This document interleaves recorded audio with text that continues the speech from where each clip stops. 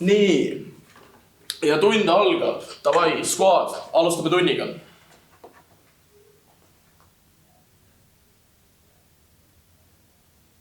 Nii, tere. Täna räägime siis elektromagnetismist. Esiteks siis alustame sellega, et mida see üldse on elektromagnetism. Kas keegi oskab välja öelda seda?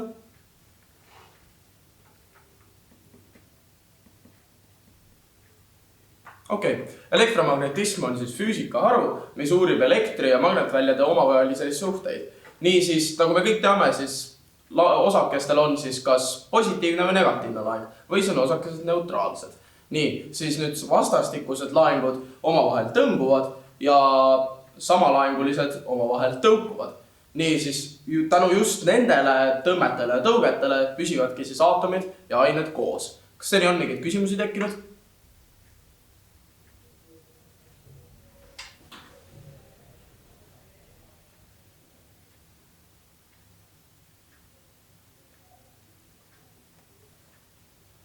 Olgu, lähme edasi siis. Osakese laeng muutub siis elektronide loovutamisel või liitmisel. Sellega tekib siis elektriväli. Nüüd laetud osakese liikumise korral tekib magnetväli. Kui sa need kaks sõna kokku paned, siis elektromagnetväli. Nüüd elektromagnetväli levib ruumis elektromagnetlainena. Nii siis elektromagnetlained jagunevad laias laastus 7. Nad on siis kõige kõrgemast sagedusest kõige madalama sageduseni on siis gammakiirgus, röntgenkiirgus, UV-kiirgus, nähtav valgus, infrapunalained, mikrolained ja raadiolained. Nii, kas praegu on selle kohta mingeid küsimusi tekkinud?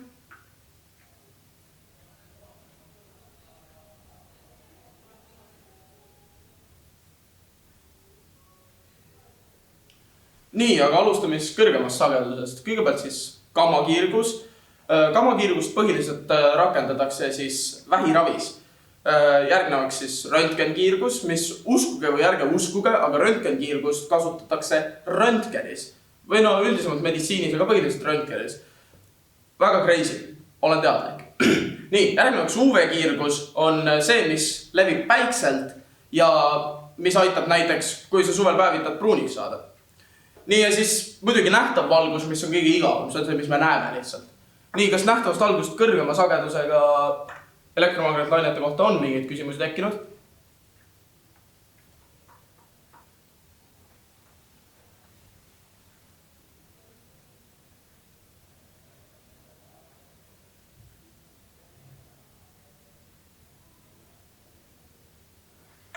Okei, ma näen, kuidas on. Aga lähme siis edasi siis nähtavast valgusest madalama sagedusega elektromagnetlainete juurde. Kõigepealt meil on siis infrapunalained. Infrapunalaineid eritab näiteks elav tuli ning samuti kasutatakse infrapunalaineid ka öövarustuses, mis antakse siis sõduritele, et nad saaksid öösel paremini vastasvõistkonnaga kakeldada. Pahasid mehi maha kõmmutada ja värki. Siis edasi on meil mikrolaineid.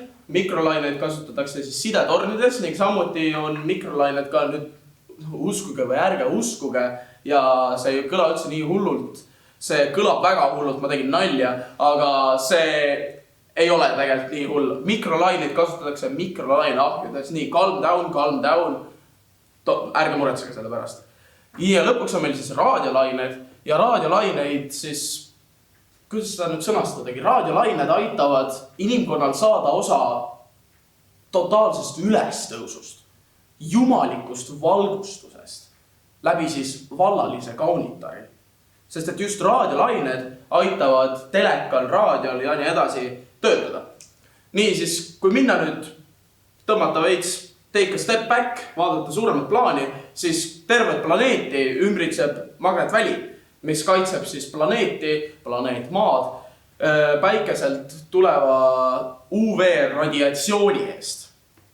Nii, aga see on siis teooria osa ja kas kellelgi on tekkinud mingeid küsimusi nüüd, viimane võimalus?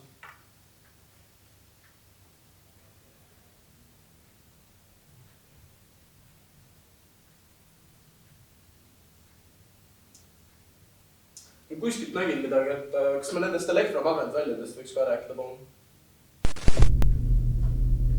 Jumal ei ole olemas. Me elame siin planeedil üksi. Selline asi nagu usk, mida te lihtsuvälikud arvate, et olemas. Sellist asja pole. Me oleme väikesel kivil, keset hiiglaslik universumil. Sina, mina, mitte keegi meist, mitte midagi.